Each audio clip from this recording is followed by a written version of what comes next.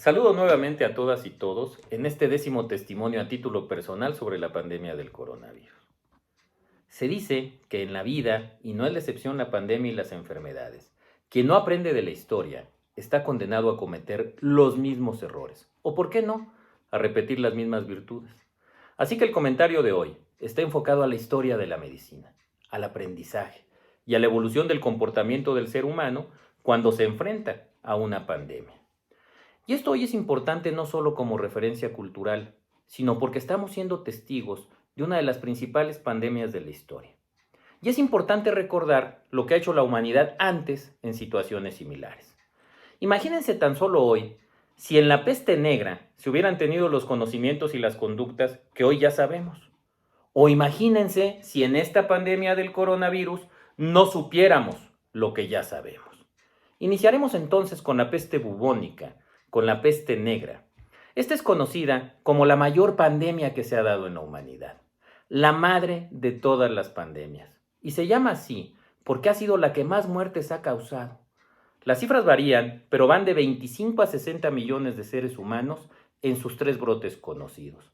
Además, una enfermedad altamente letal, con cifras de mortalidad de hasta el 80%, y quizás una de las de mayor índice de contagio conocido. Si todas estas cifras causan escándalo, imagínense el vivirla.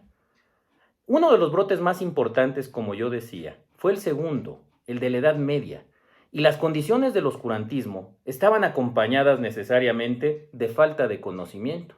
Por supuesto que no se conocía el origen de la enfermedad, y las condiciones sanitarias por mucho eran precarias, y el miedo a morir era de todos los días y además en todas las clases sociales. Estaban, por supuesto, muy lejos de conocer el agente causal, es decir, la bacteria, la Yersinia pestis, y tampoco sabían cómo se transmitía. Lo único que sabían es que de donde llegaba, causaba muerte. Estas condiciones de contagio luego se pudo descubrir que eran a través de la pulga, que eran a través de la rata, y que el ser humano también contagiaba de hombre a hombre, por las vías respiratorias, por la saliva, algo muy similar a lo que sucede ahora. Tan solo como contexto, estamos hablando del año 1300, del siglo XIV. Geográficamente nos ubicamos en la península de Crimea, que en ese tiempo además estaba asediada por los mongoles. Y cuando los marineros genoveses se dieron cuenta de lo que sucedía, huyeron del lugar, pero junto con él también esta enfermedad. Y de ahí a Italia, y de Italia al resto del continente. Por supuesto que esto no llegó a América, porque en ese momento ni siquiera se había descubierto. Pero déjenme profundizar un poco sobre las condiciones de los pacientes, porque cuando llegaba esta peste era como si llegara uno de los jinetes del apocalipsis. Eran pacientes que tenían fiebre mayor de 40 grados, expectoraciones teñidas de rojo, que con su esfuerzo además se desgarraban los pulmones. Y además había un sufrimiento que estaba acompañado no solamente de fiebre, sino de deshidratación, y se dice que les daba muchísima sed. Pero quizás lo más lamentable era el sangrado por la nariz, por los ojos y la aparición en la piel de manchas azules o negras, de ahí su nombre, el de la peste negra. Y el nombre de peste porque además tenía un olor verdaderamente nauseabundo. Y de ahí, ¿qué pasaba entonces con las condiciones de los que practicaban la medicina? Al igual que ahora, buscaban protección y distinción, y ellos lo que utilizaban era una mascarilla que era en forma de pico. Y este pico estaba, cuál largo era, para poderle colocar algún esparadrajo que le permitiera no percibir ese mal olor. También se decía que ésta se podía transmitir por la piel, y es de ahí que utilizaban guantes de cuero, batas largas hasta los tobillos, sombreros de ala ancha y lentes de cristal.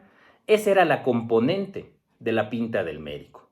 Siguiendo con las analogías, es como si hoy estuviéramos hablando del traje Tyvek, de los gogles, de las botas, de la bata, de los gorros y de las escafandras usadas en la actualidad. Esa era la indumentaria del médico. Pero imagínense si en ese tiempo se hubiera conocido el agente causal, si se hubiera conocido la forma de transmisión, si se hubieran conocido las medidas higiénicas que lo hubieran prevenido. Quizás otra cosa hubiera pasado y se hubieran evitado millones de muertes. Por eso la idea fuerza de este testimonio, y quizás la reflexión más importante. Primero, es que estamos muy lejos de lo que sucedió en la peste negra. Hoy, afortunadamente, conocemos el origen de la enfermedad, conocemos cómo se llama y quién es el agente causal, conocemos la manera y la forma en que se transmite, pero lo más importante, conocemos cómo evitarla. Y tenemos además, si sucede la tragedia de enfermarse, muchas tecnologías propias ya de nuestra época que permiten atender a los pacientes y poder modificar la historia natural de la enfermedad. Así que por favor, hay que aprender del pasado y sobre todo 3 cosas muy importantes. Primero, el valor de la sana distancia, el lavado de manos frecuente y bien, y el uso de cubrebocas. No como en la peste negra para evitar que huela feo, sino para cuidarte y cuidar a los demás de no transmitir a través de los fluidos. Y si eres personal de salud, ya lo sabes. Vales mucho por lo que eres, por lo que significas y por lo que vas a significar en esta pandemia. Así que cuídate mucho, protégete, vales mucho y por eso es que tú significas tanto. Gracias.